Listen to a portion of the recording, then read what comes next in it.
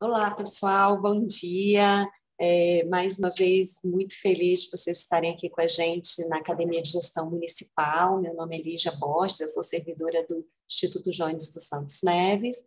É importante a gente frisar, né, que o Instituto, esse projeto é um projeto em conjunto de várias entes aqui do governo estadual. Além do Instituto, trabalharam na criação da academia, a Escola de Governo, a ESESP, a Secretaria de Planejamento, a Casa Civil e o Bandes, que é nosso patrocinador, e viabilizou a gente ter toda essa infraestrutura de transmissão, que guarda nosso material, que a gente consegue interagir, levar o curso para vocês.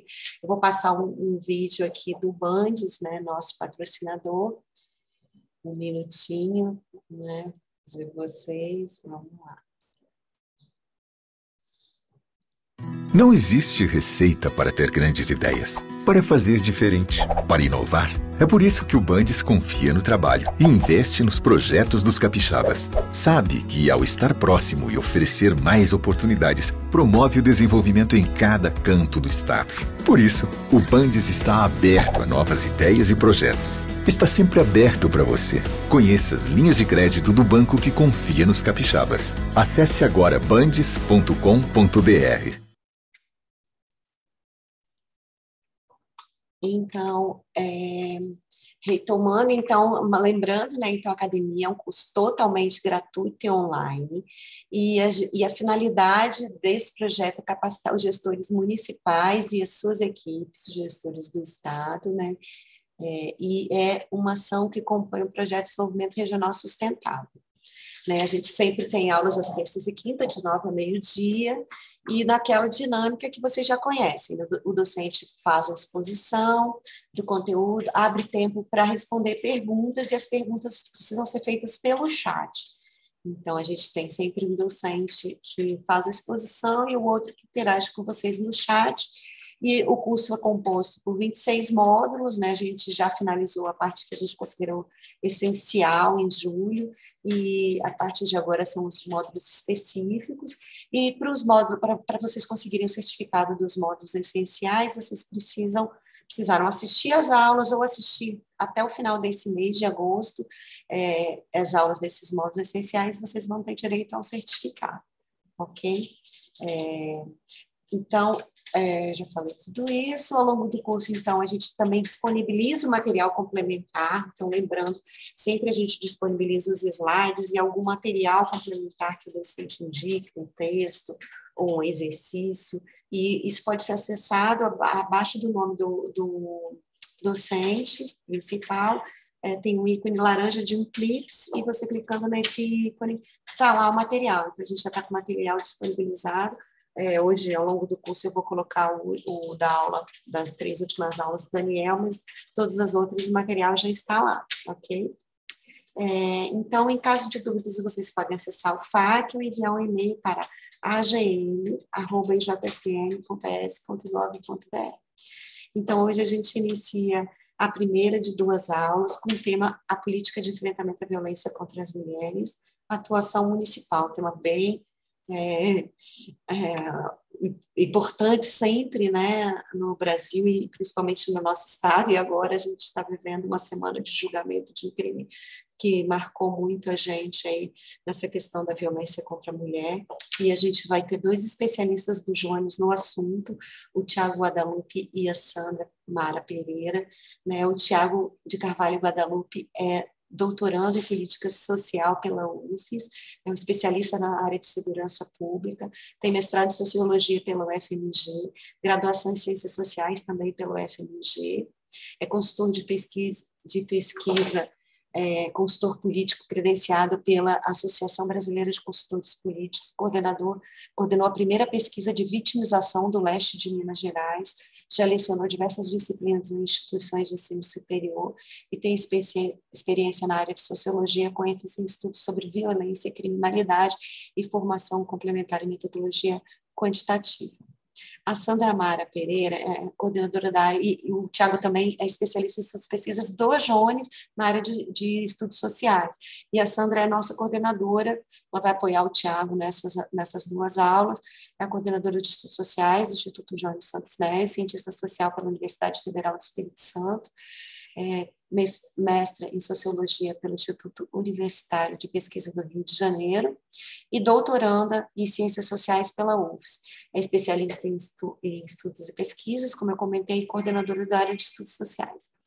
Ok? Então, agradecer muito a vocês aí, mais uma vez pela presença, e aí eu passo a palavra para o Tiago e para a Sandra.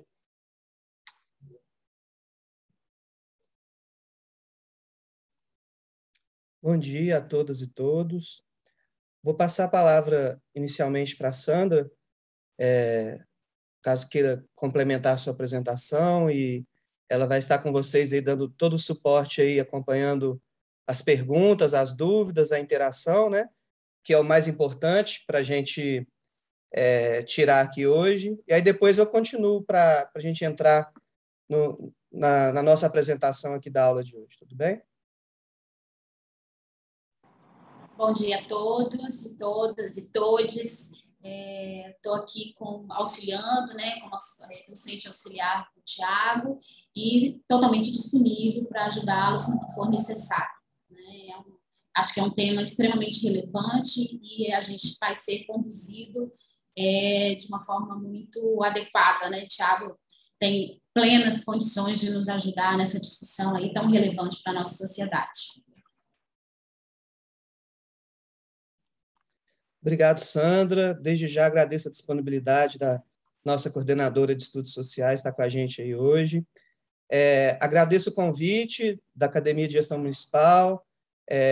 Como o Lígia já me apresentou, sou servidor efetivo do Instituto Jones Santos Neves, da Coordenação de Estudos Sociais, no cargo de especialista em estudos e pesquisas governamentais. Então, é um orgulho muito grande estar fazendo parte desse projeto que busca, né, subsidiar, dar esse suporte em relação a temas essenciais das políticas públicas para os municípios do nosso estado.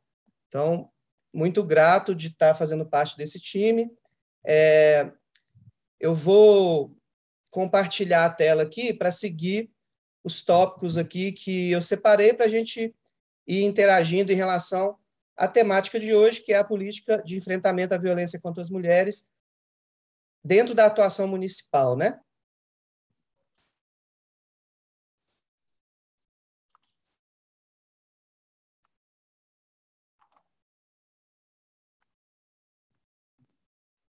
Bom, acho que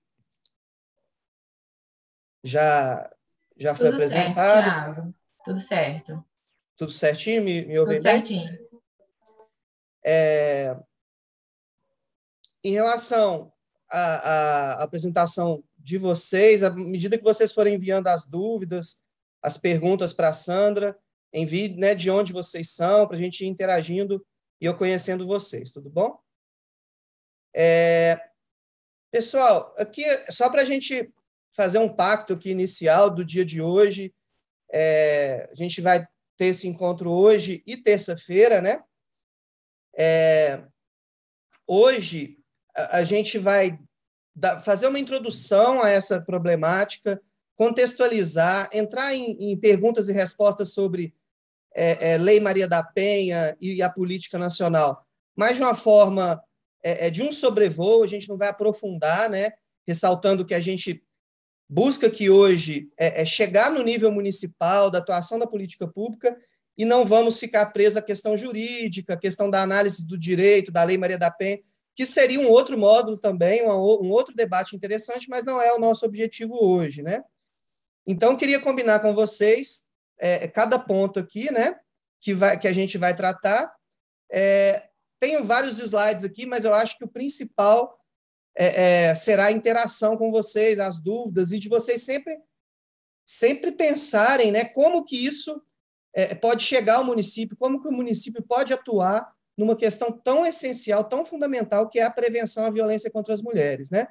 Um problema tão crucial no Brasil hoje, né? Então, a gente vai fazer uma contextualização e perguntas e respostas sobre a Lei Maria da Penha e a política nacional de uma forma breve, acredito. E aí o essencial, que eu acho que a gente vai entrar nessa aplicação municipal também, é a gente conhecer os programas, né, da política estadual que o Estado oferece hoje, e vocês vão notar o tanto que essa política ela precisa da interação do município para funcionar. Então, tanto a Polícia Civil, com o programa Homem que é Homem, quanto a Patrulha Maria da Penha da Polícia Militar, ela precisa da parceria municipal. Sem o município, elas não vão funcionar, né?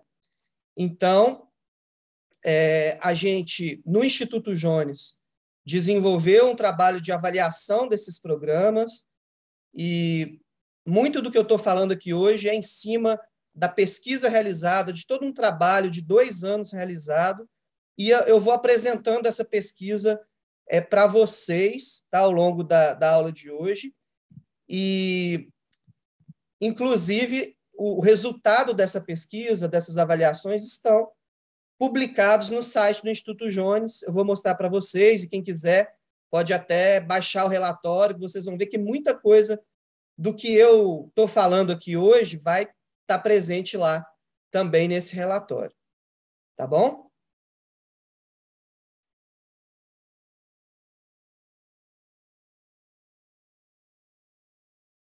Então, vamos começar com uma contextualização da problemática que a gente vai tratar, né? Em relação à violência doméstica, violência contra mulheres, né? É importante, isso está até registrado na Lei Maria da Penha, a gente entender as diferentes formas, né?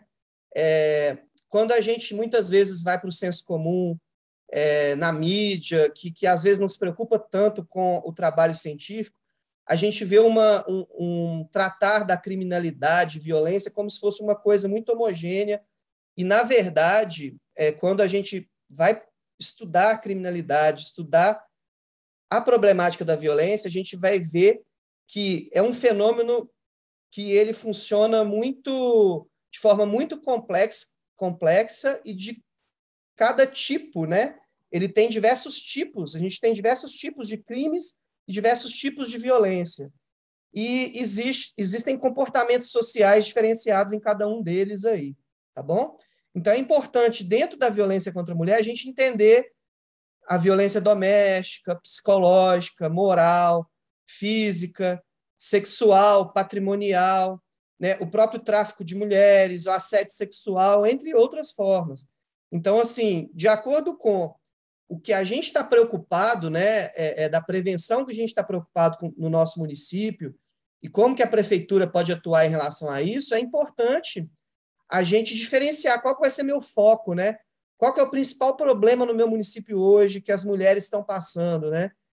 Dentro de casa, uma ameaça dentro de uma violência psicológica, a gente está falando de muitos casos de violência física mesmo, registrados. Então, a questão patrimonial, né? Então, é interessante a gente entender essa diferença desde o início. Por isso, essa contextualização aqui. A violência contra a mulher, ela ocorre, gente, de uma forma contínua. E aí a importância desses programas estaduais, da atuação do município, é que raramente a violência contra a mulher é uma coisa que ocorre de uma hora para outra, repentina. Então, é possível de haver uma atuação, inclusive do poder público, né? Porque a violência contra a mulher se constrói em vitimizações contínuas, né? Em formas de abuso que vão aumentando. Tanto a frequência, né? Às vezes ocorria um episódio de violência de um casal, ou situação de separação, como o caso que a Lígia já citou no início, desse marcante e triste episódio, né, da Sociedade Capixaba, que está ocorrendo o julgamento agora. Raramente você nota que de uma hora para outra tem uma violência extrema, mas uma vez por mês ocorre um episódio, depois uma vez por semana, 2 vezes por semana, todo dia, e isso, diferente do que ocorria há décadas, né, quando existia até o reforço do ditado popular, né? Briga entre marido e mulher não se mete a colher. A ciência social mostra que é um ditado muito vazio e que pouco ajuda esse fenômeno, né? Porque a atuação do poder público em todas as suas esferas é importantíssima para interferir nesse ciclo da frequência e intensidade da violência contra a mulher. Então, se a gente tem programas municipais, estaduais, federais funcionando bem e quebrando esse ciclo, a gente está preservando vidas aí de diversas mulheres em diversas situações. Deu para entender, pessoal? Eu estou já iniciando essa contextualização aqui, mas em diversos momentos eu vou parar, caso chegue perguntas aí para a Sandra, a gente vai parar e conversar e interagir, como eu já reforcei no início, o principal para vocês identificarem como que o município pode trabalhar com isso é justamente nessa interação, né? E Sandra também pode ficar à vontade a qualquer momento da gente interromper um pouquinho aqui. A origem, pessoal, é complicado a gente ir na origem disso. Desde que a gente fala de origem de sociedade moderna, de origem da formação do Estado e da sociedade capitalista, a gente vai ver a violência contra a mulher, né? E não de forma só direta, de uma forma bruta, física, como se a gente chegar até a Idade Média, muito evidente, claro, né? Mas de forma do mercado, do trabalho, como que desde o início a mulher é marginalizada e isso vai refletir na violência contra ela, né? Então, se a gente entender que a gente está em uma sociedade hoje patriarcal, né, de dominação masculina, com constituição, fundamentação histórica, em que o homem organiza e dirige majoritariamente a vida social, essa premissa, essa origem, né, que infelizmente até hoje é predominante, já encaminha a vitimização da mulher, né? Já encaminha essa questão da possibilidade maior da mulher ser vítima de violência doméstica, né? Então, a gente tem a própria Safiotti, né, citando que as mulheres passaram a ser retiradas do convívio social comum e sendo integradas aí à sociedade moderna, capitalista, de uma forma subordinada, né? Eu até destaquei aqui, nesse próximo slide, se a gente pegar a origem, né, do Estado moderno da sociedade capitalista, o que a gente enxerga? E aí é interessante que a gente está falando da formação do capitalismo para ver o quanto a mulher, a naturalização da submissão à mulher, ela acontece hoje e desde esse início, essa origem, né? Então, quando a gente vê a força de trabalho feminina marginalizada desde o início, ou seja, a acumulação capitalista, a revolução industrial, precisa de uma força de trabalho barata, precarizada, né? Então, as crianças, né? As próprias crianças, o trabalho infantil nem era considerado, e as mulheres entram para as fábricas para trabalhar, de uma forma onde não se tinha nenhum tipo de humanidade e reconhecimento da individualidade deles, né? Eram simplesmente um acessório à força de trabalho que já existia ali do homem, que também já estava sendo explorado, mas a mulher e as crianças entram como um acréscimo, né? Um acessório para uma exploração da família inteira, mas contando como um trabalhador, né? Não sei se está claro isso para vocês, mas eu achei importante reforçar essa questão da relação de produção, da relação de trabalho, para a gente entender o tanto que essa marginalização acontece no mercado, na entrada da mulher para as fábricas, para o trabalho, de forma precarizada, né, de forma submissa, e isso depois se reflete, inclusive, dentro de casa, né? E é lógico que existe aí um percurso grande, que a gente demoraria muito tempo em cada detalhe aqui, mas, de certa forma, essa estrutura capitalista também não, é um dos principais eixos aí para a vitimização da mulher, né? Eu falo aqui, pessoal, de forma mais rápida, mas embasado em uma bibliografia, embasado em estudos já realizados da sociologia, economia, psicologia, enfim. Quem tiver interesse em aprofundamento, só enviar que a gente passa depois material para vocês. Continuando nessa contextualização, né, eu adiantei um pouco esse tópico aqui já. Entrando na sociedade brasileira, a gente vê que esse tipo de violência foi por muitos anos negligenciada, né? Eu dei o exemplo aqui para vocês do ditado popular, né? Mas sempre foi tratado como uma coisa de âmbito privado, dentro de casa, de quatro paredes, não vamos interferir, sem aparatos judiciais específicos para sua punição, né? Não à toa que a Lei Maria da Penha e a política nacional foram tão importantes, né? No início aí da década dos anos 2000, aí, que, de certa forma, consolida uma demanda, uma luta de movimentos sociais e feministas para que isso fosse reconhecido não mais como uma coisa particular, mas como uma política pública, né? Como um problema social e necessidade de um objeto aí, de política pública, como hoje vem sendo tratada, e por isso a gente está aqui hoje reforçando a importância aí do Estado, dos municípios estarem, sim, preocupados com a violência contra a mulher. Então, se durante anos aí, né, no passado, o Estado apenas observou essa relação privada, né, apenas legitimou essa dominação de homens sobre mulheres, após pressões populares, movimentos feministas aí, cada vez mais fortalecidos, hoje a gente vê a exigência aí, de mecanismos para a resolução desse fenômeno, né? Eu acho que esse módulo que a gente inicia aqui agora é um reflexo disso que a gente está falando, né? É um reflexo importante de que o poder público tem, sim, esse papel de se importar com esse problema. Tá rápido, pessoal? Tá tranquilo? Bom, e dentro ainda dessa contextualização, para a gente fechar, a gente tem um marco legal aí que completou 15 anos, né? Acabou de completar 15 anos da Lei 11.340 de 2006, a Lei Maria da Penha, que tem um papel importantíssimo, né, pessoal, que impulsiona, é lógico, quando a gente fala do papel importante da Lei Maria da Penha, não quer dizer que está pronto, acabado, não é passível de críticas e de melhoramentos, né?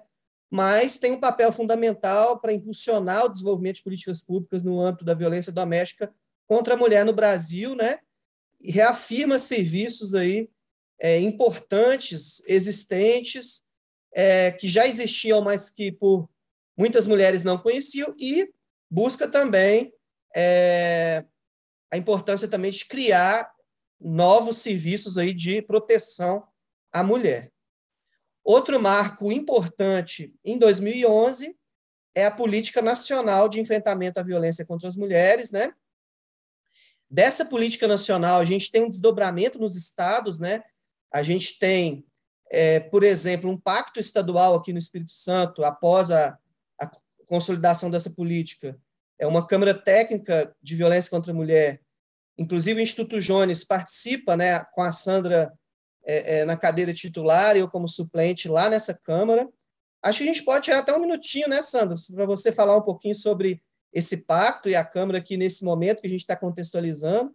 Acho interessante e mostra como que a política nacional teve seus desdobramentos e chega aí nos estados para esse pacto, né?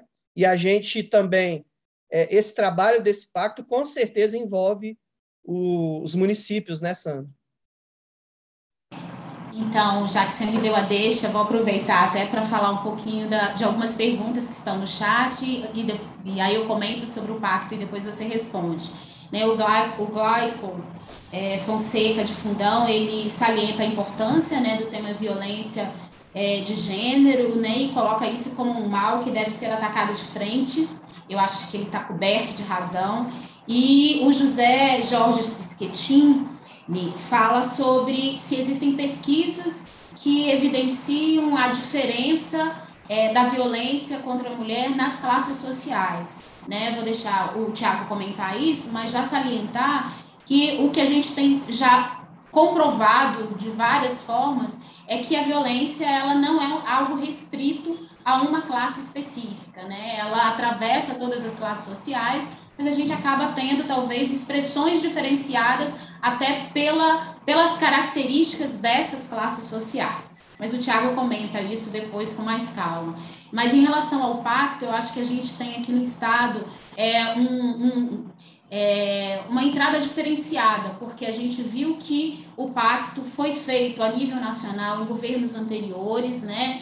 Desde 2011 a gente tem essa pactuação a nível federal, que foi algo importante para startar, para iniciar essa discussão institucionalizada, tanto a nível federal, mas também nos estados. Isso provocou que os estados pensassem, mas depois esse pacto não foi atualizado a nível federal, mas o Estado do Espírito Santo atualizou esse pacto, porque a gente entende que é importante, a violência contra a mulher é algo tão intenso que é preciso um pacto de várias instituições para dar conta dessa temática. Não é algo que seja de responsabilidade da segurança pública, de responsabilidade da assistência, mas é preciso pensar isso em diferentes instâncias e cada um tentando assumir a sua responsabilidade, né? Então, hoje, no ano passado, a gente fez a atualização nessa Câmara Técnica, que é uma Câmara que é composta por vários gestores de órgãos do Estado, mas também por representação municipal. Todos os municípios da Grande Vitória estão representados e tem representação também das micro-regiões. E nesse espaço foi discutido e atualizado quais são as principais ações para se enfrentar a violência contra a mulher. E hoje a gente está nessa fase de estar atualizando isso mais de perto com os municípios. Então, todos os municípios estão sendo convocados a assinarem esse pacto novamente, reafirmar esse compromisso, né? Mais de 80% dos municípios capixabas já se comprometeram com esse pacto, que é algo de médio e longo prazo, não é algo que vai acabar, não é uma ação para esse ano, mas é um compromisso a ser assumido pela sociedade como um todo, né? E a gente tem a oportunidade, eu e o Tiago estamos dentro da Câmara, né? Eu como representante titular e o Tiago como suplente, por ele ser, né, um estudioso da área de violência, é importante que esteja ali, e eu acho que vale a pena chamar a atenção, né, que esse é um debate que não é para as mulheres, esse é um debate para a sociedade como um todo. Homens e mulheres precisam pensar sobre essa violência de gênero que está aí e que acaba implicando sobre toda a sociedade, né? É isso, Tiago. Passa a bola para você aí, lembrando das perguntas que eu comentei. Ótimo, Sandro, muito obrigado. Me lembra só o nome da segunda pergunta, do nosso amigo da segunda pergunta, para anotar? É o José Jorge, né, que pergunta sobre pesquisas, se existem pesquisas que evidenciem uma diferença, né, dessa violência nas diferentes classes sociais. Ele falou de onde? Já vou te dizer, rapidinho aqui, deixa eu pesquisar.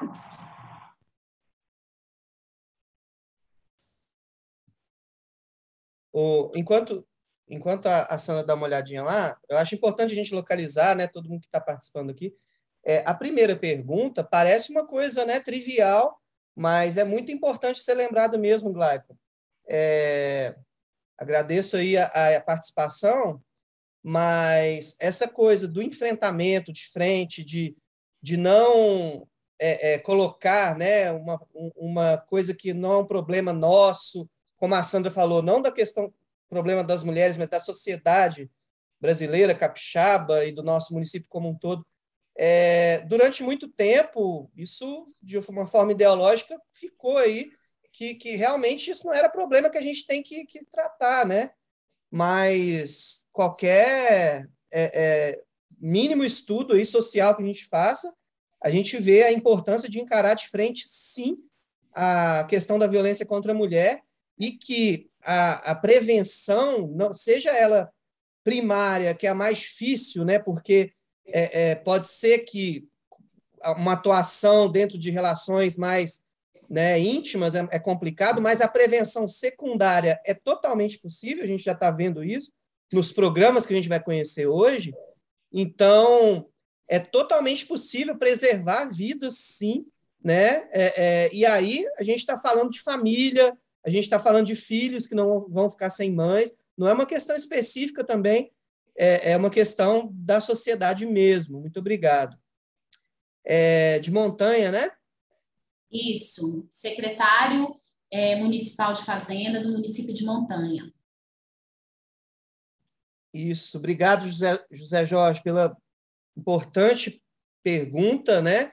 A gente tem hoje diversos tipos de pesquisa que, de certa forma, vão ajudar aí a subsidiar esse tipo de política pública. Essa diferenciação da vitimização e de como que isso ocorre de acordo com a classe social, isso tem que ser feito com muito cuidado, de acordo com cada estudo desse, né? A Sandra já adiantou bem, né? A gente tem visto nos estudos já realizados que é um problema que atinge todas as classes, né? Agora, o aprofundamento desses estudos podem nos mostrar se existe, né, uma exposição, uma vulnerabilidade maior, dependendo da sua classe, né? E é interessante que cada vez mais a gente se importe em colocar isso nas nossas pesquisas, né? Pesquisas, por exemplo, na parte criminal são comuns assim fora do Brasil, e o Brasil começa a entrar nessa importante linha de pesquisa, que são as pesquisas de vitimização. Por exemplo, se a gente falar de Estados Unidos, assim como existe censo lá e aqui no Brasil, existem pesquisas anuais ou de 2 em 2 anos sobre vitimização de todos os tipos, né? Com a amostra de todo o país. Porque a ideia de como que eu vou atuar, prevenir, ela precisa vir também da escuta das pessoas, né? Então, esse tipo de pesquisa de vitimização, elas podem nos mostrar essa diferenciação de classe, de onde mora, e como que ocorre a violência dentro de casa em regiões mais pobres, em regiões com condições mais precárias e regiões de classe mais alta, né? Eu acho que é um campo importante de estudo de fazer essa diferenciação, né? E uma coisa interessante também, né, que a Sandra nos lembra aqui, que às vezes nos dá uma impressão de invisibilidade das classes média e alta pela menor exposição disso, né? Existe uma questão de rede, existe uma questão de tanto familiar e dessa classe de não se expor para a sociedade, quanto a questão da intimidação da própria mulher, que muitas vezes nem registra, né, ocorrência nessas classes onde você consegue fazer uma proteção disso que ocorre dentro de casa maior do que em áreas onde essa divisão não é tão clara, mais precarizadas, né? Acho interessante. Isso a gente já tem observado, né?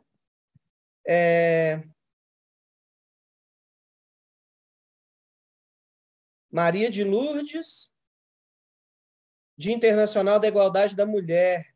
É hoje, né?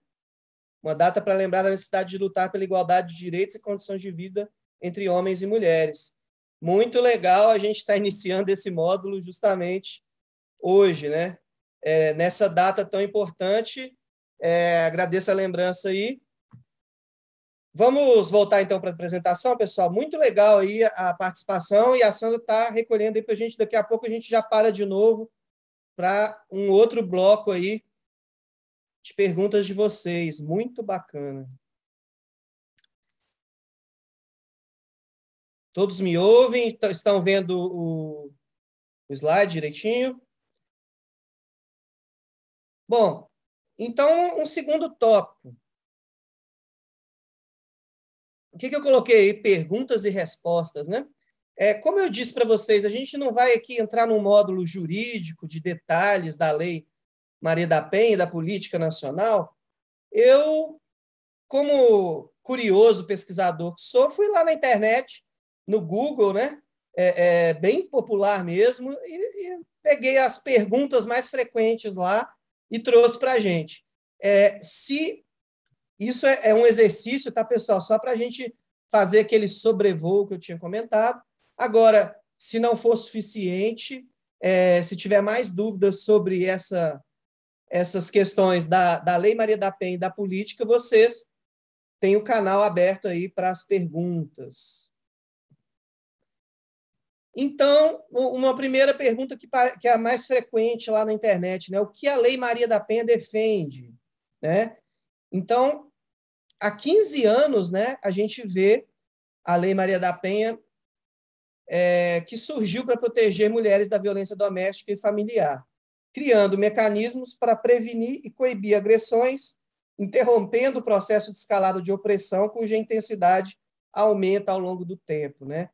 Então, quando eu falei para vocês, não sei se ficou claro, né, a ideia da importância de uma prevenção secundária nesse tipo de violência, é que, às vezes, uma primeira ocorrência, a gente não chega ao conhecimento público, né?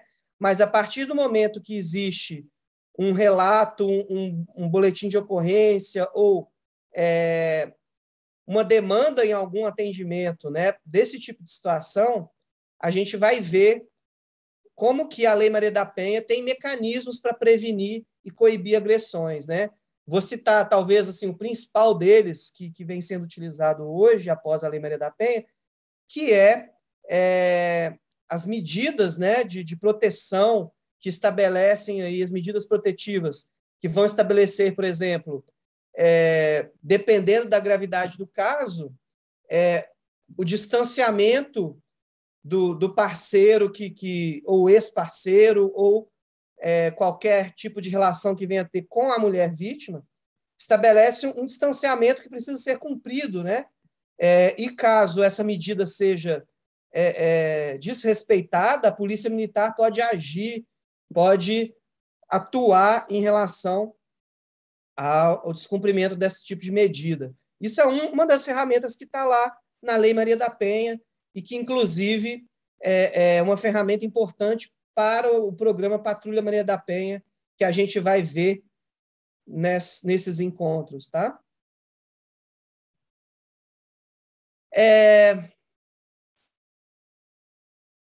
A definição da violência doméstica contra a mulher, ela está no artigo 5º da lei, né? Eu falei um pouquinho lá no início. Para os efeitos dessa lei, configura violência doméstica e familiar contra a mulher qualquer ação ou omissão baseada no gênero, que cause morte, lesão, sofrimento físico, sexual ou psicológico e dano moral ou patrimonial à mulher, né? E aí, desde 2006 para cá, a gente tem visto também atualizações, né, da lei, desse debate, e coincidentemente também, né, além da data que foi colocada aí para a gente teve semana passada, dia 23 de agosto, aliás, essa segunda-feira, aliás, né, hoje é quinta, 26, nessa segunda-feira a gente vê uma matéria informando a atualização aí, que após 15 anos da Lei Maria da Penha, a inclusão da violência psicológica no Código Penal, né?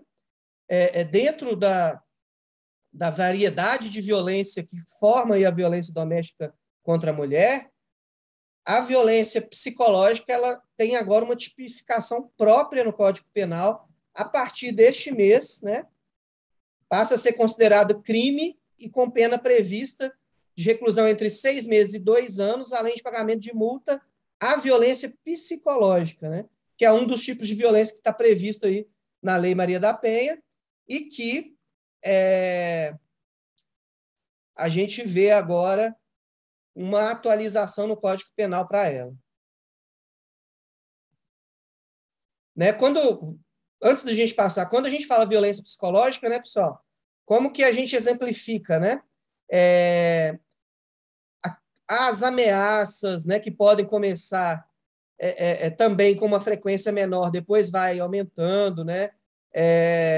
As humilhações. Quando a gente fala de violência, a gente não está restringindo a uma questão física, né? Muitas vezes a violência psicológica essa coisa da humilhação, essa coisa das ameaças podem causar transtornos até maiores ao indivíduo do que a própria violência física, né? Então, é muito importante também a gente ter essa visão ampla, né, da violência contra a mulher, né? E por que a gente pode colocar aí uma relação entre essa lei e a política pública, né? A Lei Maria da Penha, quem conhece sabe, né? Ela se constitui numa política de Estado no Brasil porque cria mecanismos para coibir a violência doméstica e familiar contra a violência contra a mulher nos termos aí do parágrafo 8º da nossa Constituição, né? Quem também já deve ter ouvido falar aí, é uma lei considerada de forma internacional pela ONU Mulher como entre as 3 melhores leis do mundo, né? Se não me engano, foi esse prêmio que a Lei Maria da Penha aí já recebeu, né? Tiago, só um complemento.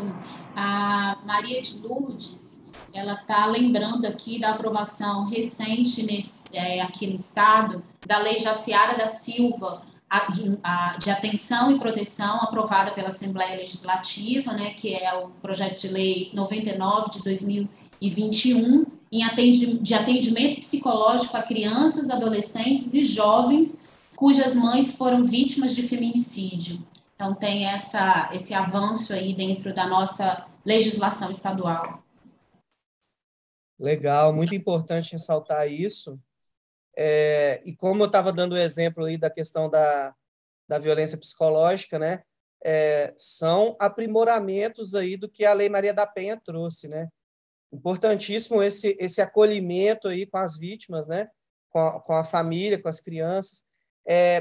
E eu estou passando rápido aqui, mas quem tem interesse de se aprofundar, a gente fala Lei Maria da Penha justamente por tudo que aconteceu, né, com a pessoa Maria da Penha, que sofreu violência por mais de 20 anos, e quem tem interesse de estudar a história, de como tudo aconteceu para se chegar à promulgação dessa lei, é muito interessante, é muito rica, e realmente de uma valentia, de um exercício de cidadania de uma pessoa que, lógico, né, vem representando várias outras nessa luta aí da violência contra a mulher, de prevenção, e que consegue aí chegar à promulgação da lei que leva o seu nome em homenagem a ela e em todas as mulheres, né? Políticas de proteção. Quais políticas, né? E aí isso também é uma pergunta frequente de internet. Em 2011, a gente tem a definição da Política Nacional de Enfrentamento à Política contra a Violência contra as Mulheres, que tem a finalidade de estabelecer conceitos, princípios, diretrizes e ações de prevenção e combate à violência contra as mulheres, assim como de assistência e garantia de direitos àquelas em situação de violência, né? Então, foi dado um exemplo aí estadual agora, e como a Sandra bem colocou, esse é um marco de 2011 no nível federal, né? Que, de acordo com a mudança, né, de governo, isso pode ter um exercício maior ou menor. Agora, cabe ressaltar o papel do Estado e dos municípios de não deixar isso apenas como um papel, assinado, um acordo, que não tem o seu exercício na prática, né? E aí, quando a Sandra lembra do pacto estadual ter sido renovado no Estado e os municípios sendo chamados, isso nos dá aí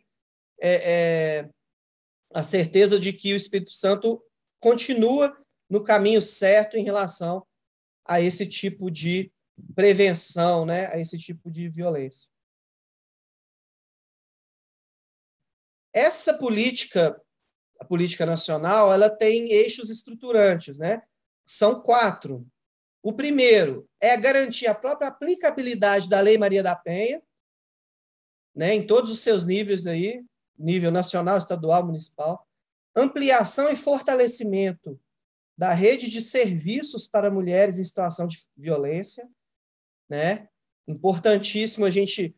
Como que a gente vai incentivar, né, pessoal, que as mulheres relatem que vêm sofrendo violência, registrem ocorrência, não o risco que isso ficar invisibilizado para ela própria começar a se vitimizar ainda mais ou até mesmo perder a vida, né? Mas se não tiver uma rede de proteção, de serviços, de assistência, né? Como que a gente vai dar esse suporte, né? O ponto 3 aí, garantia da segurança cidadã e acesso à justiça, como eu vinha falando, a própria proliferação aí das delegacias especializadas, né, em atendimento à mulher, as DEANs, né? E vai ser interessante, terça-feira, a gente ouvir a Natália, que está lá na ponta, que é uma delegada que comanda aí uma delegacia especializada na Serra, além de coordenar o programa Homem que é Homem, né? E o ponto 4, garantia dos direitos sexuais e reprodutivos, enfrentamento à exploração sexual e ao tráfico de mulheres, também está previsto na política nacional. O link aí, a Lígia parece que já enviou aí no chat para vocês, né? Tem o link aí para quem quiser baixar a política. Ainda não está, não, mas vou colocar, Thiago. Tá? Ainda não está no chat o link, mas a gente vai colocar agora. Já que a gente parou, só fazer uma observação, que até fiz no chat aqui, mas acho que vale a pena verbalizar, não sei se todo mundo observou. Essa lembrança que a Maria de Lourdes trouxe para a gente, né, da lei estadual, que indica uma proteção, né, um atendimento especializado para as crianças, adolescentes que são vítimas de violência, que são filhos, né, de mulheres vítimas de violência, só reforça aquilo que a gente falava lá no início, que você salientou, de que a violência contra a mulher, ela impacta em toda a sociedade. Então, por isso que é um problema que não é restrito às mulheres ou às mulheres que são vítimas, é um problema de toda a sociedade, porque isso é como se fosse uma bola de neve, né? Então, se você tem crianças que convivem com violência nos lares, elas tendem a reproduzir isso, elas sofrem isso e expressam isso de diferentes formas, né? Então, achei bem interessante essa contribuição da Maria de Lourdes, porque reforça, né, além de falar de um marco legal, né, que é interessante a gente observar aqui dentro do Estado, mas fala também que esse marco legal expressa uma problemática que é para além da esfera só das vítimas, né? É isso. Sim, sim. Eu até saí do compartilhamento, porque quando eu estou com o compartilhamento, eu não vejo o chat. Eu não vejo, né, o bate-papo aqui também nosso interno. Mas aí pode interromper a qualquer momento, Sandra. Acho que, deixa eu ver se a gente está terminando aquele tópico ali, inclusive. Aqui o link para quem quiser, né, baixar aí a política nacional, inclusive ver como que o município pode atuar junto dessa orientação da política nacional, interessantíssimo, né?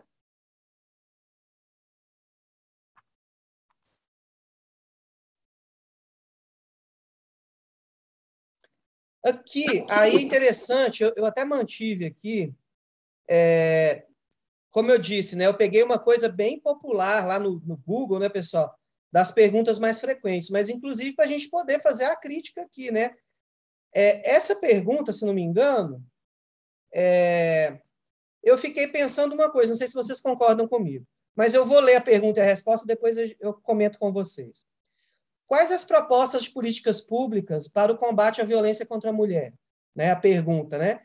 E aí a gente está falando de políticas públicas, então, para essa prevenção, que é o nosso objetivo principal debater aqui hoje, né?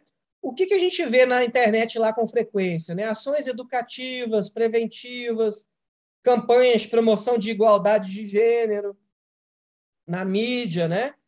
criação e veiculação de campanhas publicitárias municipais de combate à violência contra a mulher, importantíssimo, concordo, e nos equipamentos públicos, etc. O que eu fiquei pensando? Eu não discordo de nada que está colocado aqui, né? Campanhas na mídia, reforçar a questão da igualdade de gênero, os municípios aí também atuando aí na veiculação de campanhas. Agora, será que as políticas públicas para enfrentar a violência contra a mulher se resume a essas campanhas? Essa é a minha questão, né? Eu acho que ainda é aquela tradição antiga da esfera privada, né? De tratar como um problema de esfera privada, né? Acredito que temos políticas, a possibilidade de elaboração de políticas públicas no município, no estado e no governo federal, que são importantíssimas para quebrar esse ciclo de intensidade e frequência que acontece na violência doméstica, né? E aí a gente tem 2 grandes exemplos do estado do Espírito Santo, que a gente vai tratar, acredito que vai entrar hoje, talvez continue na terça, mas que vai exemplificar muito bem para vocês como que talvez programas que nem precisem de grande monta aí de investimento em relação a recurso, mas que trazem resultados importantíssimos para a preservação aí das famílias, das vidas das mulheres, né? Então, eu fiquei com isso, quando eu li isso na internet, eu fiquei, bom, acho que temos aí muito mais do que simplesmente campanhas, né, publicitárias, né? Tiago, se me permite, eu acho que vale a pena a gente lembrar, né, quando você faz essa pergunta-chave, porque eu acho que assim, a pergunta nos provoca a refletir sobre, né, quais os caminhos para o enfrentamento.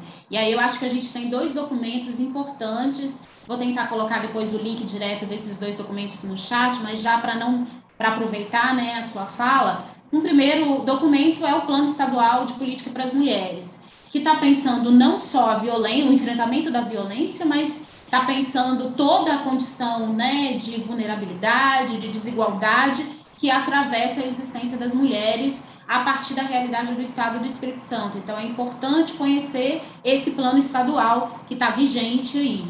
E foi uma construção dos movimentos sociais, né, das mulheres, e com participação ampla, né? E um outro documento é o pacto, que você citou, a Câmara Técnica de Enfrentamento à Violência. Essa Câmara existe para acompanhar ações do Pacto Estadual pelo enfrentamento da violência contra a mulher no Estado do Espírito Santo.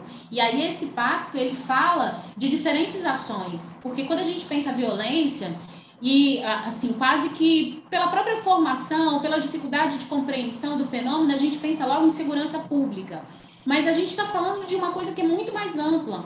Quando eu viabilizo acesso ao emprego, né, acesso ao mercado de trabalho ou geração de renda de uma forma mais ampla, eu estou falando de uma forma de deixar essas mulheres, né, de permitir o fortalecimento dessas mulheres e que elas podem também se colocar de um modo diferenciado dentro das relações que elas estão. Então, quando eu falo, por exemplo, de creche para criança, eu estou falando de possibilitar que essa mulher também não fique tão refém da esfera doméstica, mas possa acessar o mercado de trabalho, porque tem com quem deixar os filhos de uma forma segura, e isso também é um processo de empoderamento. Então, assim, quando a gente fala de ações de enfrentamento à violência, é para além da segurança pública, né? E eu acho que, assim, é óbvio que você sabe disso, né? Mas eu acho que a sua pergunta remete para esses 2 documentos que nos ajudam a pensar e lá tem várias ações. Tem inúmeras ações listadas, no sentido de que uma vai juntando com a outra, produzindo sinergias nesse enfrentamento da violência contra a mulher, que não é uma questão de segurança pública exclusivamente, né? Só isso que eu queria lembrar. Ótimo, ótimo, Sandro. E você pode ir compartilhando os links desses documentos com o pessoal aí no chat. Legal, legal, muito bom. Que a gente vai, à medida que a gente vai falando aqui, né, a gente vai passando o material para vocês aí trabalharem depois, com certeza, essa preocupação que todos temos, né, com essa questão. Terminando aí esse tópico das perguntas que eu trouxe, essa questão da rede, acho que o comentário da Sandra foi muito interessante, que já ilustra bem, né? Tem muitas perguntas na internet referente ao que é uma rede de enfrentamento à violência doméstica, né? E aí, o conceito dessa rede diz respeito a uma articulação, né, uma atuação articulada aí entre instituições e serviços governamentais, em todas as esferas, não governamentais e a comunidade, visando desenvolver estratégias efetivas de prevenção e de políticas que garantam o empoderamento e construção da autonomia das mulheres, né? Então, a Sandra estava falando, quando a gente fala de enfrentar essa questão, não está restrito à segurança pública, né, pessoal? Quando chega no nível da segurança pública, a gente já está em um estágio de agravamento, né? Então, trabalhar a prevenção disso, com certeza, é oferecer creche, com certeza, como eu disse, da origem da sociedade patriarcal capitalista, com certeza, numa mesma função, você valorizar no mercado de trabalho a mulher e o homem da mesma forma, dar as mesmas garantias, né, de sobrevivência aí.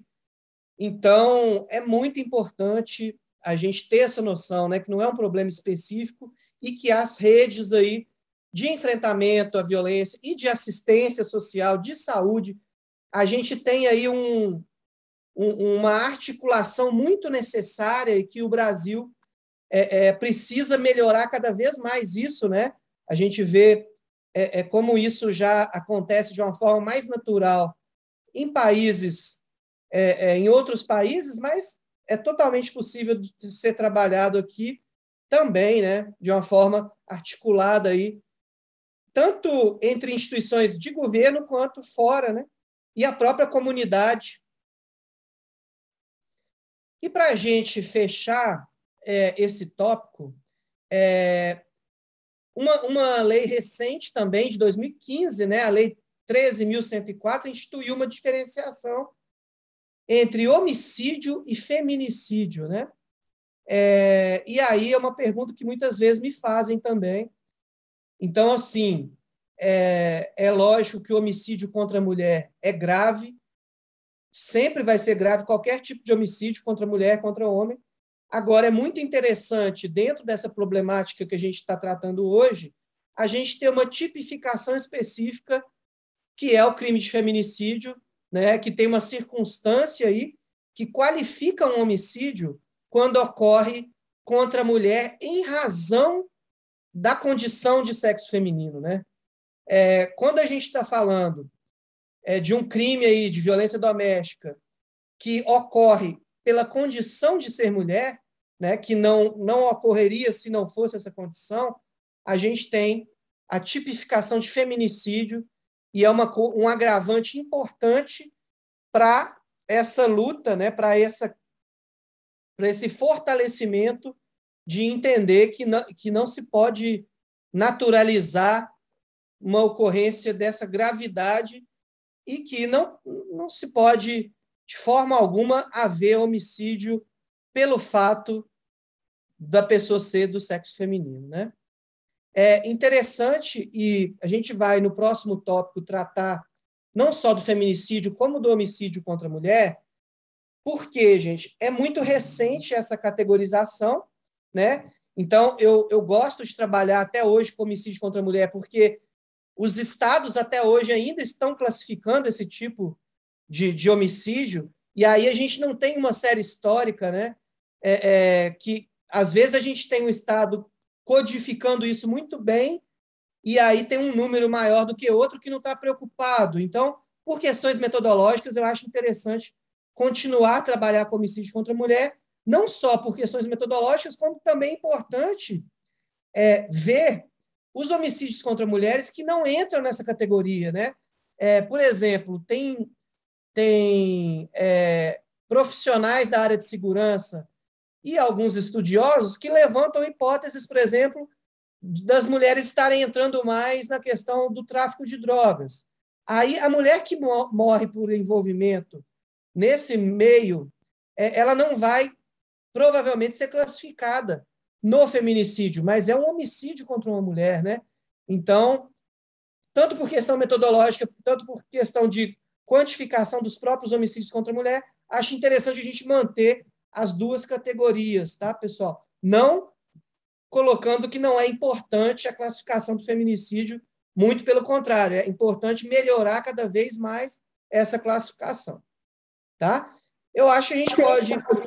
Tiago, deixa eu fazer um comentário, que é uma pergunta, né? Na verdade, não é nem uma pergunta, é um comentário do Glycon, que mesmo diante de tantas informações de enfrentamento, ele se preocupa, né? Ele coloca: me preocupo ao ver que muitas mulheres reforçam a violência sofrida pelas suas iguais e tentam invisibilizá-las dentro da própria família. Eu acho que aqui tem um comentário muito relevante para a gente fazer e que diz respeito exatamente ao cerne do problema quando a gente está pensando em violência contra a mulher. Aí, não sei se você quer comentar primeiro, eu queria também fazer um comentário sobre isso. Pode falar, Sandra, pode falar. É até interessante a gente ter aqui hoje, né, inclusive, além de dois técnicos que trabalham na área, uma mulher e um homem, que você vai, com certeza, vai dar uma visão, e eu também vou dar sobre essa questão. Eu acho que, assim, quando ele coloca que realmente é um fato, né? A gente tem mulheres que ainda não percebem a complexidade do problema e ainda se colocam numa posição de não valorizar as questões, as problemáticas levantadas por uma mulher que é vitimizada. E aí, por isso que tem se discutido o conceito de sororidade, a ideia de você apoiar as mulheres, independente das condições em que elas estejam, sair dessa posição, né, de questionar. Mas eu acho que um paralelo interessante para pensar isso é, quando você fala que é um problema social, você está dizendo, não está no campo do indivíduo, né? Então, é um problema, assim como o racismo, assim como a desigualdade de gênero, é um problema estrutural, é um problema que está na sociedade. E aí, eu, enquanto mulher negra, né, que estou dentro da sociedade, eu também posso ser machista, eu também posso ser racista. Por quê? Porque eu estou sofrendo a influência dessa sociedade. E essa sociedade vai criando todo um estereótipo, vai criando toda uma construção ideológica que desqualifica a mulher, que desqualifica as negras, os negros, e por aí vai. Então, a gente está falando, por isso que a gente está enfatizando que é um problema de toda a sociedade. E aí é preciso um trabalho reiterado, constante, de reflexão, de problematização das diversas posições que a gente encontra. Porque é possível, sim, que a mulher ainda esteja oprimindo outras mulheres. Se você pensar na relação que se estabelece, por exemplo, numa empregada doméstica que atua dentro de uma casa de uma mulher. Então, são duas mulheres se relacionando e ali pode ter toda uma discriminação se constituindo, né? Por isso que o debate ele tem uma complexidade enorme, uma urgência enorme, né? Porque ele atravessa de diferentes modos as nossas vidas. Achei excelente a pergunta do Glycol. Eu acho que ele provoca a gente a pensar que a gente está diante de um problema que não é nada trivial e não é individual. É um problema social, né? Mas aí eu passo a bola para o Tiago, que é o professor hoje. Exatamente. Pessoal, enquanto apesar assim, a Sandra falou praticamente tudo, né? Mas apesar de... Eu vou colocar também uma visão que eu acho realmente uma questão interessantíssima aí, que o Glauco enviou para a gente. E quem quiser enviar mais perguntas sobre o que a gente falou até agora, aproveita, a gente dá essa pausa agora para essas respostas, a gente vai entrar num tópico sobre dados aí daqui a pouquinho, e aí depois desse tópico a gente pode fazer um intervalozinho para dar, né, uma esticada e uma descansada, tomar uma aguinha, mas eu ia iniciar a resposta muito nessa linha do problema coletivo estrutural, né? E, de certa forma, ao longo, desde o início aí do nosso encontro, e eu trouxe, inclusive, a questão da estrutura capitalista, da questão do patriarcal, da origem patriarcal, justamente para mostrar, reforçar que os indivíduos, na verdade, ao mesmo tempo que eles ajudam a formar o coletivo, eles são o tempo todo, né, influenciados por essa estrutura, né? Então, a gente tem exemplos aí cotidianos, né? Tanto em fenômenos como o racismo, como a Sandra colocou, quanto a questão de mulheres ainda não entenderem, né, como que determinadas atitudes na nossa sociedade hoje reforçam e vitimizam, inclusive, elas mesmas, né?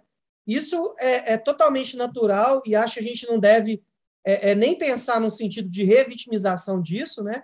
Eu acho, sim, de entender como um problema coletivo e que, tendo uma atuação nesse nível, vai começar também a ter no nível individual, uma conscientização aí mais abrangente, como a própria Sandra colocou, esse termo que para muitos é muito novo, né? Vem ganhando cada vez mais força, como a questão aí da sororidade, né? E que as mulheres vêm cada vez mais reforçando e buscando pôr em prática isso. Mostra, né, como que isso muda também, mesmo com o que o Gleicon ressaltou, que a gente ainda vê ocorrer, né, mas também isso já também elementos que mostram mudanças aí que podem nos trazer esperança para a gente atuar de forma melhor, né? Mas, com certeza, quando a gente está tratando de algo estrutural, né, a gente vai ver, não é uma coisa tão simples e imediata, é uma construção, né, Gleicon? Uma construção que, inclusive, precisa desse debate que a gente está tendo aqui hoje, né? Vamos deixar de tratar isso como algo individual, particular. É uma questão de política pública, sim, do poder público olhar, sim, e aí isso vai trazer, com certeza, mulheres, homens e toda a sociedade enxergar isso de uma forma mais homogênea, com certeza, no futuro, né? Mais alguma questão, Sandra? Chegou aí ou a gente continua? Tem mais dois, os comentários estão maravilhosos, estou adorando essa turma. A Juliana Lengruber, não sei se eu estou pronunciando certo, Guimarães, ela lembra que quando a gente está falando do gênero feminino, uma vez que a Lei Maria da Penha também contempla as mulheres trans. Eu acho que esse comentário é super pertinente, a gente está falando das mulheres em sua diversidade, em sua pluralidade, o que inclui as mulheres trans, as travestis, e isso é algo que ainda é muito difícil para a sociedade entender que a gente está falando. Quando a gente fala mulher, não dá para falar no singular. São mulheres, numa diversidade que inclui, né, tanto a diversidade de classe, da pergunta anterior, que foi feita lá atrás, né? Tem violência nas diferentes classes? Sim, tem. Então, quando eu falo mulher, eu tenho que pensar na mulher da classe média, na mulher da classe alta, que também pode estar sendo oprimida, assim como as mulheres da periferia, mas tenho que pensar também na mulher negra, na mulher branca, tenho que pensar nas mulheres trans, nas travestis. Enfim, acho um comentário super pertinente, rico. Outro comentário que tem aqui, da Célia Nunes dos Santos, que ela diz, né, salienta, né, que o comentário que eu tinha feito era importante, mas o que eu queria chamar a atenção é que ela diz, me remete ao compromisso e entendimento que o gestor, né, do gestor quanto a isso, né, da violência, que é algo que atravessa de uma forma generalizada, que é um problema social. Quem possui a caneta, a tal caneta, precisa estar na mesma linha de reflexões, com o mesmo pensamento. Então, a Célia chama Celícia, é isso? Eu acho que eu estou falando errado o nome dela, né? Thaís, Celícia Nunes dos Santos. Ela chama atenção que é um problema que envolve a toda a sociedade, sim, mas o gestor ele tem um papel diferenciado aí a ser evidenciado, e por isso a importância dessa iniciativa da Academia de Gestão Municipal, né, onde a gente está chamando o gestor para refletir diferentes temas e um tema tão fundamental como esse, que é a violência de gênero. Tiago, contigo.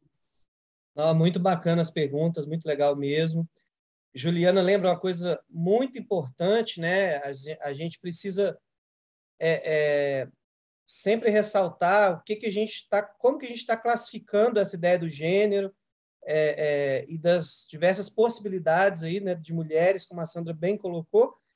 E quando eu falei do reconhecimento internacional da Lei Maria da Penha, né, o que a Juliana nos traz é justamente que dentro da própria Lei Maria da Penha está previsto esse tratamento, né? A gente não está uma lei lá de 2006 que está fixada apenas na questão de uma condição ali de sexo biológico, né? A gente está falando da identificação de forma geral, as mulheres trans entram aí e todos os grupos que se identificam, né?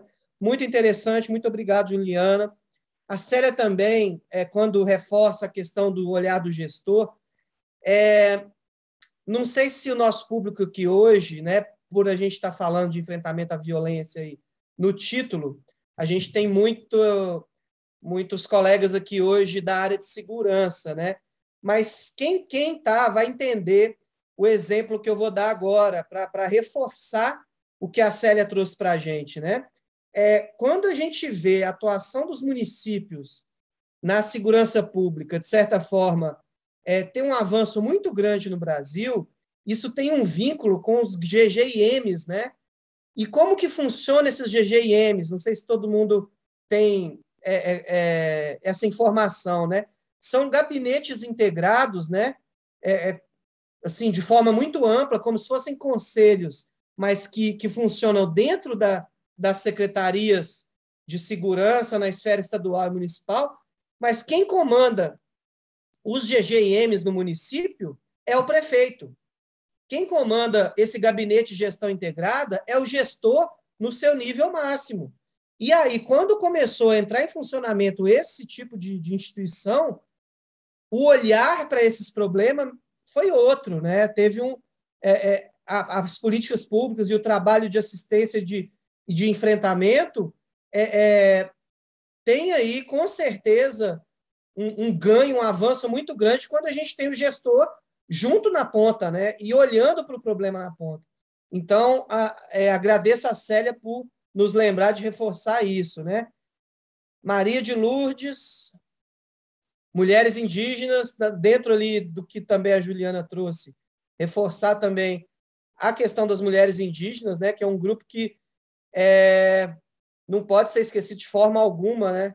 E aí a gente estava falando das classes, né? Como que esse tipo de vitimização chega a classes diferentes, a gente também tem que pensar como que isso é tratado dentro do povo indígena e com as mulheres indígenas, com certeza.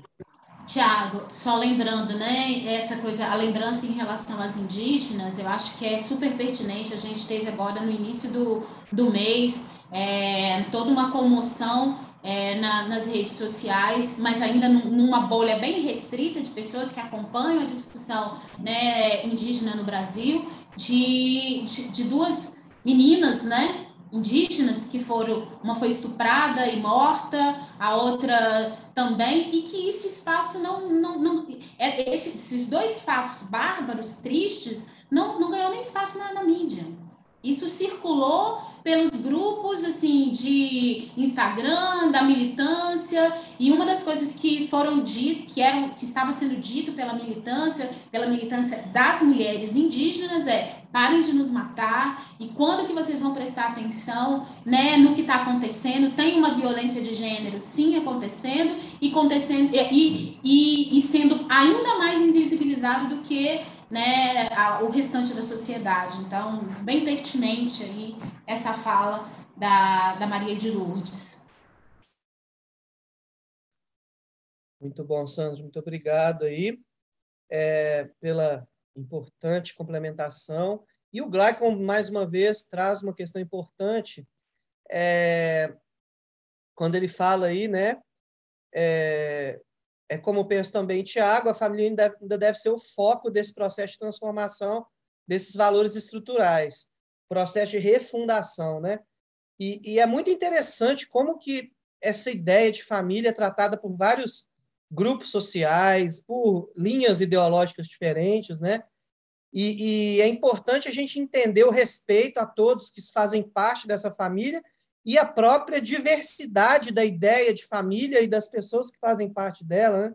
Então, a gente está falando aqui que, quando a gente fala de direitos das mulheres na Lei Maria da Penha, a gente está englobando aí tantas pessoas diferentes e que precisam de ter essa diversidade respeitada, e acho que a gente só vai ter essa ideia de uma refundação de família, como o Gleicon está colocando aqui, quando todos estiverem dentro dessa mesma ideia de respeito e não o risco aí que a gente vê muitas vezes usar a questão da família como uma ideia única e que não se pode pensar diferente do que uma ideia só e obrigar indivíduos a viverem de uma forma que eles não querem viver, né? Não sei se eu estou até extrapolando um pouco o tema de hoje, mas acho que não, acho que faz parte, e quando o Gleicon traz essa questão da família, acho que faz parte desse debate também, né, Sam? Vou voltar aqui. Então, terminar as perguntas?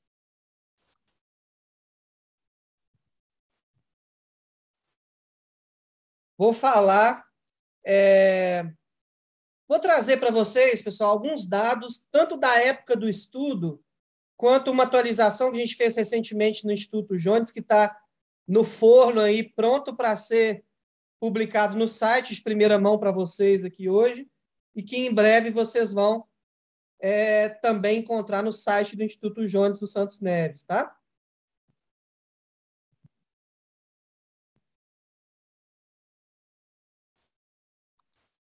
Aí, passou, deixa eu ver aqui. Isso. Pessoal, vocês vão ver que tem alguns dados que são da época que a gente achou importante fazer um marco histórico, que são dados de anos anteriores mesmo, mas, como eu disse para vocês, eu vou chegar em dados mais atuais também, tá? Então, aqui, informações de violência contra as mulheres, né? No mapa da violência de 2015, a gente tinha esses dados de homicídio de mulheres no Brasil de 1980 até 2013, né? Aí eu vou contextualizar para vocês que eu estou mostrando aqui momentos anteriores às políticas que o Estado implementou, tá bom? Então, é uma contextualização dos dados aí antes das políticas que os programas aí do Estado que hoje tem maior força são implementados a partir de 2016, tá? São recentes, né?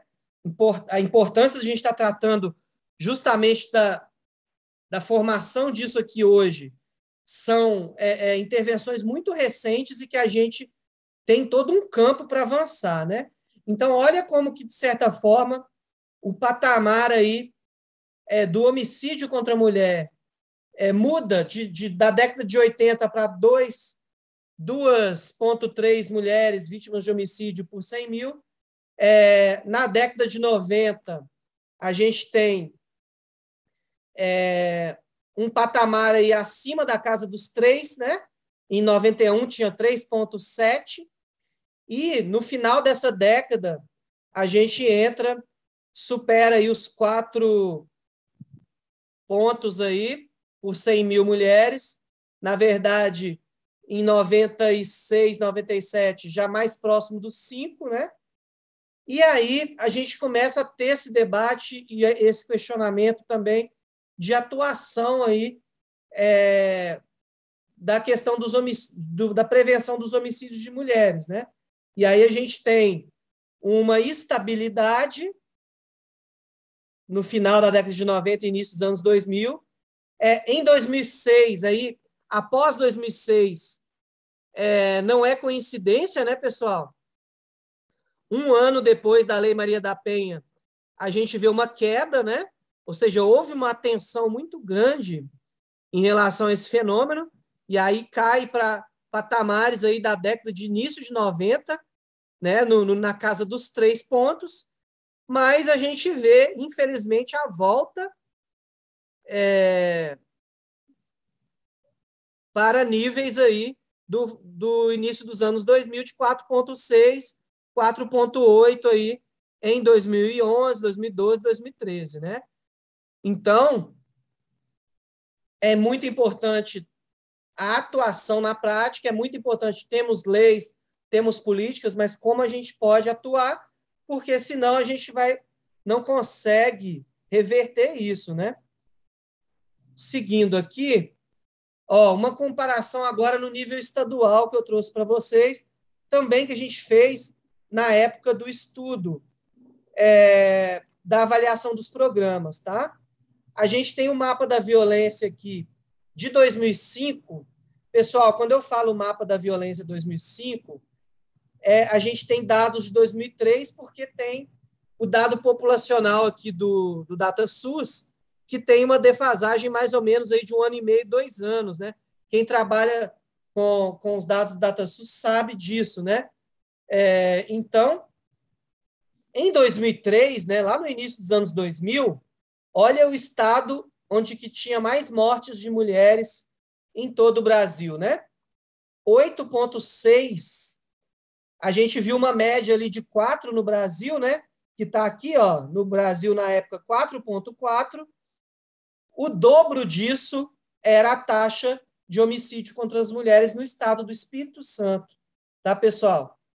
Muito importante a gente ver. A gente não está falando aqui de um passado muito, muito longínquo, não. A gente está falando de início dos anos 2000, estado do Espírito Santo, primeiro lugar de homicídio contra as mulheres. E é lógico que isso houve uma comoção, né, ao longo dos anos aí, para que o Estado trabalhasse essa questão, né? E aí a gente já vê, no ano aí que esses programas foram implementados, mas que o Estado já vinha se preocupando com essa taxa. Em 2016, a gente já vê Roraima ocupando o posto que tinha sido do Espírito Santo, e o Espírito Santo caindo aí de 8,6 para 5,2 nesse ano de 2016, ainda, lembrando, nada a comemorar, ainda uma taxa acima do Brasil, que é de 4,5 mulheres por 100 mil, tá? Outra coisa, deixa eu só voltar aqui, antes de passar para os dados mais atuais, a gente tinha, né, em 2020, né, a gente teve uma taxa de 4,9, tá? Caindo aí um pouquinho desses 5,4 de 2016. O último número do ano fechado aí de 2020, a gente teve uma taxa de 4,9. Agora eu pergunto para vocês, né, como o nosso colega José Jorge, se não me engano, de Montanha, né, trouxe a questão da diferenciação de classe. Eu pergunto para vocês, e a questão da cor e raça, né? A gente tem uma vitimização igual de mulheres brancas e de mulheres negras? Não, né? A gente sabe como que é a estrutura também no Brasil em relação à questão de cor e raça, e a gente vai ver com os dados também mais atuais do próximo slide, que é bem diferente a vitimização de mulheres negras e de mulheres brancas, tá? Esse é o painel que eu falei que, em breve vocês vão encontrar para baixar no site do Instituto Jones, tá? É uma publicação que ainda vai sair, mas eu trouxe para vocês aqui hoje. É um painel específico aí. A gente produz um boletim trimestral que tem vários dados de informações criminais do Estado. Aqui a gente está aprofundando um painel só sobre violência contra as mulheres, os dados mais recentes que a gente tem por ano, tá, pessoal? Então, eu vou passar aqui para vocês só para ilustrar tudo isso que a gente está falando e encerrar essa primeira parte, a gente fazer um intervalo. A taxa de feminicídio, tá? Todas as taxas que eu estou mostrando aqui para vocês é por 100 mil, tá, pessoal? Lembrando aqui, são taxas por 100 mil mulheres, tá? O feminicídio, que a gente teve a lei de 2015, né? Então, a classificação no Estado de 2016 a 2020, a gente teve 1,8, aumenta em 2017, 18, estabiliza 18 e 19, cai em 2020, o feminicídio cai para 1,3. Essa série histórica ela tem um fenômeno em 2017, né? Vocês já devem ter lembrado aí do que ocorre em 2017 em relação à segurança pública, né? Então, a gente tem todas as informações que a gente pega em relação à violência letal, a gente tem esse pico de 17 quando ocorreu as manifestações e a greve da Polícia Militar, tá, pessoal? Tanto aqui, ó, feminicídio, homicídio contra a mulher, contra os homens, jovens, a gente vai ter esse pico aqui, tá? Então, a taxa, ela subiu das mulheres para 6,7 em 2017, agora eu estou falando de homicídio de forma geral. Aí, como eu falei para vocês, que é interessante a gente ver tanto o feminicídio quanto os homicídios, a gente vê uma redução no feminicídio em 2020, mas, em relação ao homicídio contra as mulheres, a gente vê uma elevação na taxa de 0,5, né? Então, tem algum fenômeno aí que trouxe essa elevação diferente do que ocorreu com o feminicídio para os homicídios, e aí volta a 4,9 por 100 mil mulheres no Estado em 2020, vítimas de homicídio. Vamos, então, desmembrar essa taxa para questão de cor e raça, mulheres negras, que, segundo a classificação do IBGE, a gente está agregando aqui pretas e pardas, e as mulheres brancas, né? A taxa, em 2020, de vitimização de mulheres negras é de 8,1 no Estado do Espírito Santo, né? Uma taxa que é um número semelhante àquele quando o Estado estava em primeiro lugar, comparando os outros, né? Que a gente viu no slide anterior. Agora, se a gente pegar as mulheres brancas, já estaria aí entre as menores taxas do Brasil, que é uma taxa de 0,8, né? Então, olha a diferença de vitimização. A gente estava falando das questões estruturais, né, Sandra? Há pouco da questão estrutural, que influencia coletivamente os indivíduos. O racismo no Brasil não é diferente, é uma questão estrutural que mostra como que também as nossas políticas públicas precisam ver a diferente realidade das mulheres brancas e mulheres negras, né? Tiago, só me permite uma observação.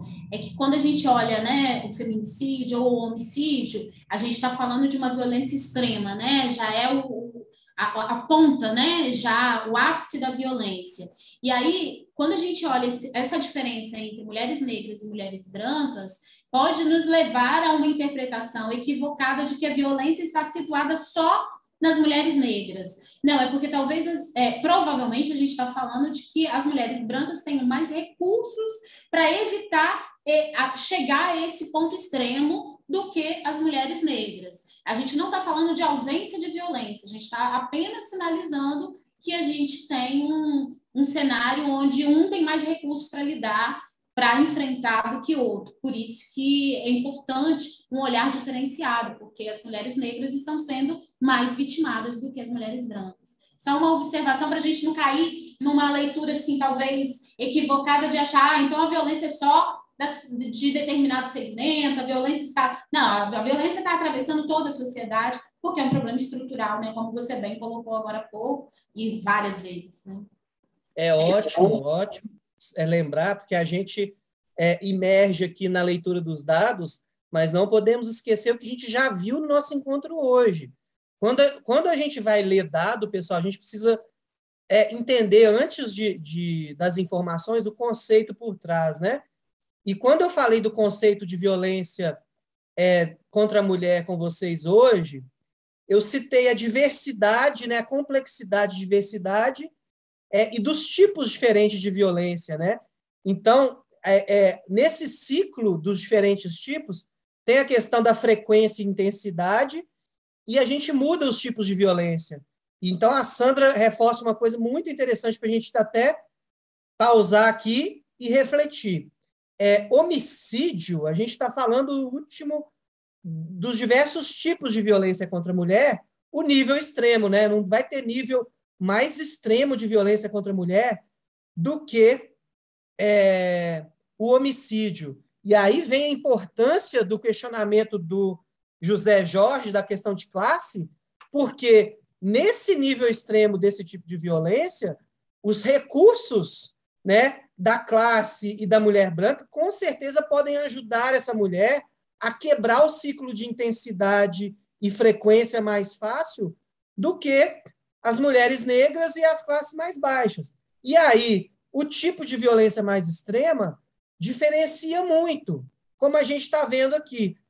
Posso afirmar, Tiago, então, que eu só vou olhar para um grupo. Não, a gente não pode afirmar. Programa de prevenção específico de homicídio? Aí eu concordo. Tem que ser um olhar diferente.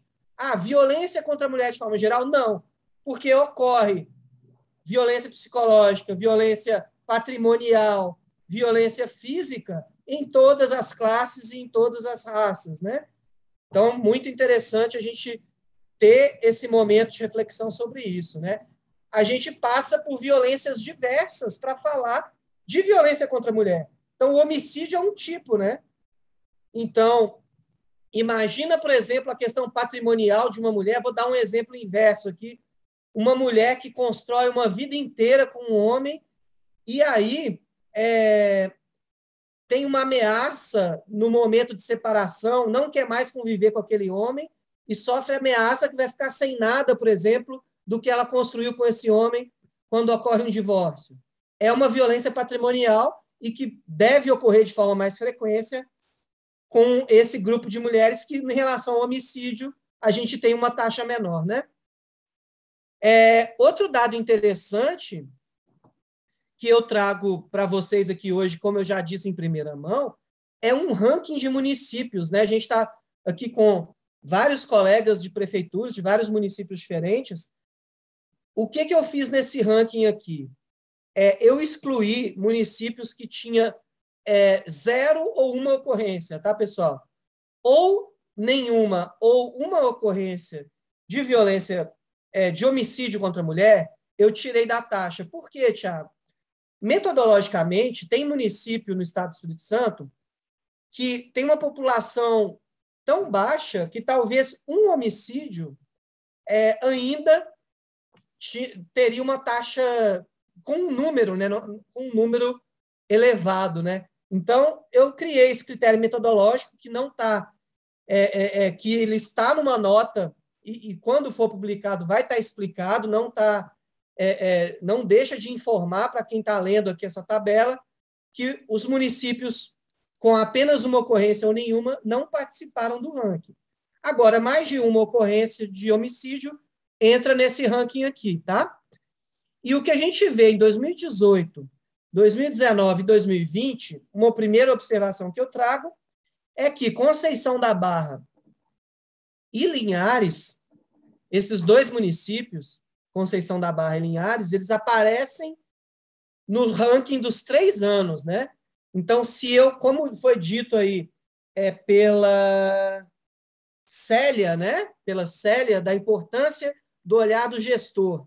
Se eu estou na gestão em Conceição da Barra e em Linhares, eu posso deixar de me preocupar com homicídio contra a mulher se eu apareci em 2018, em 2019, em 2020, entre aí os 6, 7 municípios com maior taxa de homicídio contra a mulher, é uma questão que deve ser pensada, né? Em 2018, aí, a gente tem, por ordem decrescente, tá? Irupi, Pinheiros, Soretama, Conceição da Barra, Linhares, Itapemirim e Barra de São Francisco. Em 2019, também por ordem decrescente de taxa, Vila Valério, Conceição da Barra de novo, agora em segundo, né? Linhares, Cariacica, Serra, Colatina e Vitória. E em 2020, Conceição da Barra agora, em primeiro, com uma taxa de 38,6 mulheres por 100 mil. Depois vem Ibatiba, Jaguaré, Linhares, novamente, São Mateus, Serra e Cariacica. Tá, pessoal?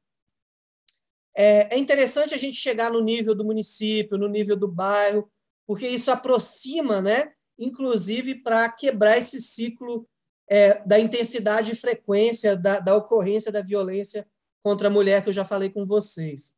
E, para terminar, a gente está... Quantas horas são? 10h35, exatamente no horário aí que a gente tinha previsto, né, uns minutinhos a mais, mas para a gente terminar aqui, para a gente dar um intervalo. Homicídio contra a mulher por faixa etária. Aqui, de certa forma, acompanha a tendência também da vitimização masculina, que é a juventude ser mais vitimizada, né? E aí, se a gente for ver o estilo de vida, a questão sociológica, né, ela explica muito a juventude que tem um estilo de vida que participa mais, se arrisca mais, de certa forma, tem uma vida mais movimentada, que tem que ter toda a proteção do Estado em relação à segurança, não deixa de ter que ter, mas uma das explicações está nessa questão sociológica, que a juventude aí vai se vitimizar mais, tanto 2018, 19 e 20, é o grupo que tem uma vitimização maior, que é o grupo de 15 a 29 anos. Pessoal, antes da gente fazer um intervalo, então, alguma pergunta sobre os dados? Alguém quer tirar alguma dúvida sobre os dados? Ou podemos dar uma pausa? Tem uma observação importante, né, da Maria de Lourdes, que chama a atenção que a violência patrimonial não está restrita somente ao cônjuge e o companheiro, inclui também a família, pai, irmão, tio. Não é normal quando alguém controla o dinheiro, documentos, patrimônio ou objetos da mulher, incluindo heranças de meninas, jovens. Então, acho que esse é um comentário pertinente, né, que ela chama atenção, porque às vezes a gente na fala talvez não dê as devidas ênfases. E aí os comentários do chat nos ajudam a relembrar alguns pontos. E tem também mais um comentário da Celícia, não Célia, eu acho que eu te induzi a errar, Tiago. Em vários momentos eu falei Célia e acabei te induzindo a errar. Mas não é Célia, é Celícia. Ela fala, assustador como mulher negra, profissional e observando os dados, não entendo gestões que não acreditam que o racismo precisa ser enfrentado, não como problema de classe, mas como enfrentamento ao racismo, o que impede as mulheres negras de terem privilégios, saídas diferentes de mulheres brancas. É uma pergunta, né?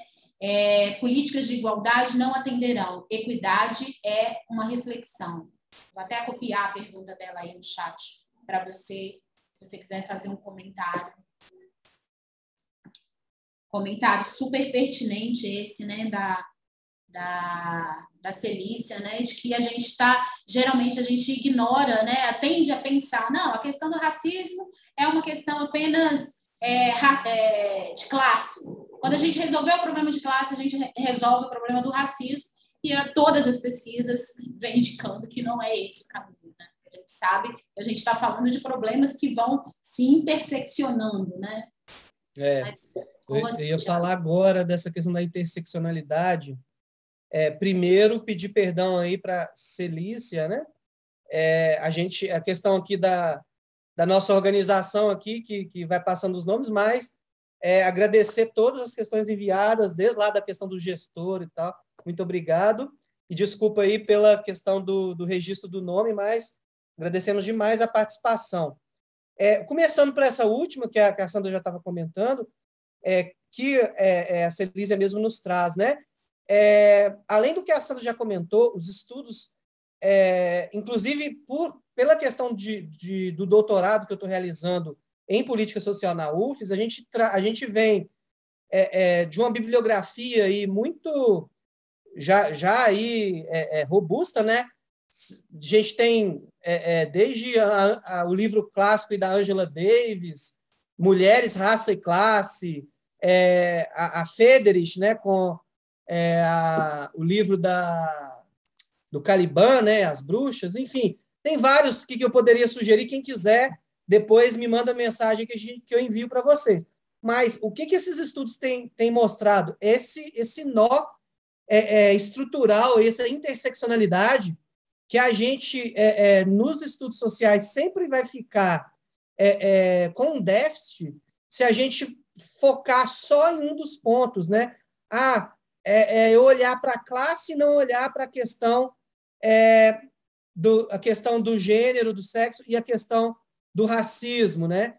Eu olhar para o racismo e não entender a diferenciação das mulheres e homens e da questão de classe, e isso sucessivamente. Se você não consegue um olhar dessa interseccionalidade, é difícil você compreender esse fenômeno como um todo, porque é um sistema que vem dessa estruturação e atinge os indivíduos mesmo de uma forma bem simultânea, né? No dia a dia, sem a gente perceber, a gente está reproduzindo, como bem já foi colocado aqui pelas perguntas, né, do chat, né?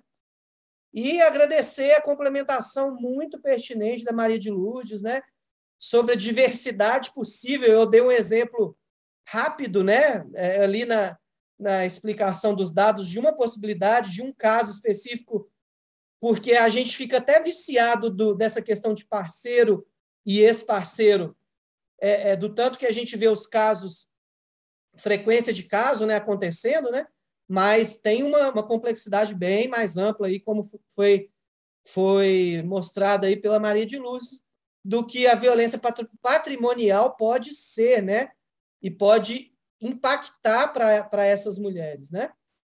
Acho que é isso, né, gente? Podemos voltar às 11h? Todos de acordo? No meu relógio aqui é 10h40, 10h42. 15, 20 minutinhos aí, tá bom? Então tá bom, pessoal.